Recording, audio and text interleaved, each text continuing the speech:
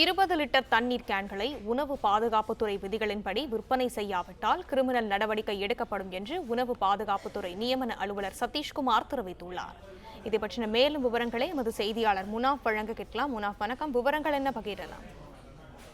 சென்னையில் சாலையோர உணவு கடைகள், பெரிய உணவு கடைகள் மற்றும் வீடுகளில் உள்ளிட்ட இடங்களில் 20 லிட்டர் தண்ணீர் கேனில் பாசை படிந்த சுத்தமில்லாமல் தண்ணீரை குடித்தால் உயிருக்கு ஆபத்தானவை எனவும் உணவு பாதுகாப்புத்துறை விதியின்படி தண்ணீர் கேனை விற்பனை செய்யப்படாவிட்டாலும் விதியை மீறி கேன் தண்ணீரை விற்பனை செய்தாலும் கிரிமினல் நடவடிக்கை எடுக்கப்படும் எனவும் உணவு பாதுகாப்புத்துறை நியமன அலுவலர் சதீஷ்குமார் தற்போது தெரிவித்திருக்கிறார். குறிப்பாக இந்த சென்னை உணவு கடைகள் மற்றும் சாலையோர உணவு கடைகள், வீடுகள் உள்ளிட்ட பகுதிகளில் இந்த 20 லிட்டர் திறன் கொண்ட தண்ணீர் கேன் பயன்படுத்தப்பட்டு வருகிறது. அதனை இந்த சுத்தமில்லாமல், அதாவது கேனில் பாசை படிந்து சுத்தமில்லாமல் தண்ணீரை பயன்படுத்தப்பட்டு வருவதாக குற்றச்சாட்டு எழுந்துள்ளது. இந்த நிலையில இந்த சட்டத்தை மீறி, அதாவது உணவு பாதுகாப்புத்துறை விதியின்படி தண்ணீர் கேனை விற்க வேண்டும், விதியை மீறி தண்ணீர் கேனை விற்பனை செய்தால் கிரிமினல் நடவடிக்கை எடுக்கப்படும் என்று தெரிவிக்கப்பட்டிருக்கிறது.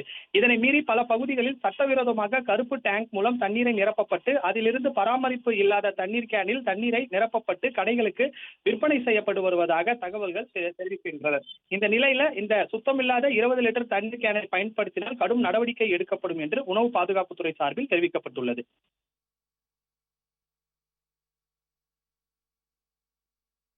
இது சென்னை முழுக்க உள்ள இந்த மாதிரி 40 லிட்டர் கேனு, சின்ன பாட்டில் இருக்கக்கூடிய கேன்ஸ் எல்லாம் கூட பார்த்தீங்கன்னா நான் ரைட் பண்ணியிருக்கோம்.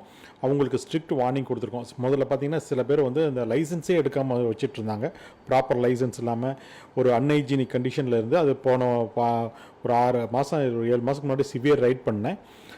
அதுக்கு பிறகு பார்த்தீங்கன்னா நம்ம நிறைய மாட்டிட்டாங்க. ஏன்னா கேன் பார்த்தோம்னா இந்த 40 லிட்டர்ஸ் கேன் தான் இப்போ நம்ம மேக்ஸிமம் நம்ம வீட்டு யூஸ்க்கு நம்ம பண்ணுறோம், கமர்ஷியல் யூஸ்க்கு பண்ணுறது அந்த பிளான்ட் தான். நாங்கள் பிளான்ட்காரங்கிட்டே சொல்லிட்டோம், இந்த மாதிரி ஒரு பாட்டில் 30 to 40 தடவை ரீஃபில் பண்ணலாம், அவ்வளோதான் பண்ணணும். அதாவது ஒன்று அதில், அல்லது அந்த சீத்ரூன்னு சொல்லுவோம், ஒரு பாட்டிலுக்குள்ளே நம்ம பார்க்கும் தன்மை இருந்ததுன்னா மினிமம் 80% உள்ளுக்கார என்ன இருக்குன்றது தெரிகிற வரைக்கும் அந்த பாட்டில் யூஸ் பண்ணலாம்.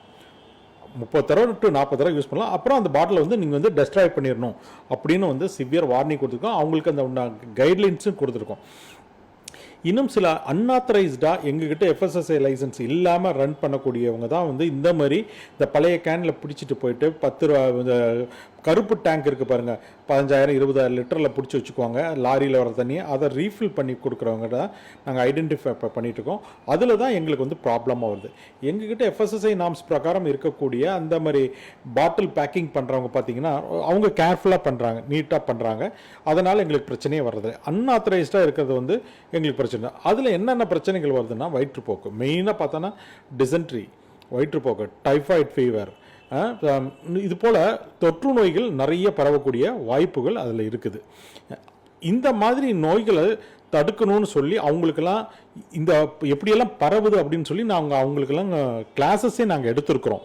மேனுஃபேக்சருக்கு வர சொல்லி அவங்களுக்கு புரிய வச்சு நீங்கள் இப்படி பண்ணக்கூடாது, அன்ஹைஜீனிக்காக பண்ணால் இந்த மாதிரி பாக்டீரியா, ஃபங்கஸோ, பேரசைட்டிஸோ ஏதோ ஒன்று உங்களை மக்களை போய் சேரும் பொழுது மிகப்பெரிய ஒரு தாக்கத்தை ஏற்படுத்தும்.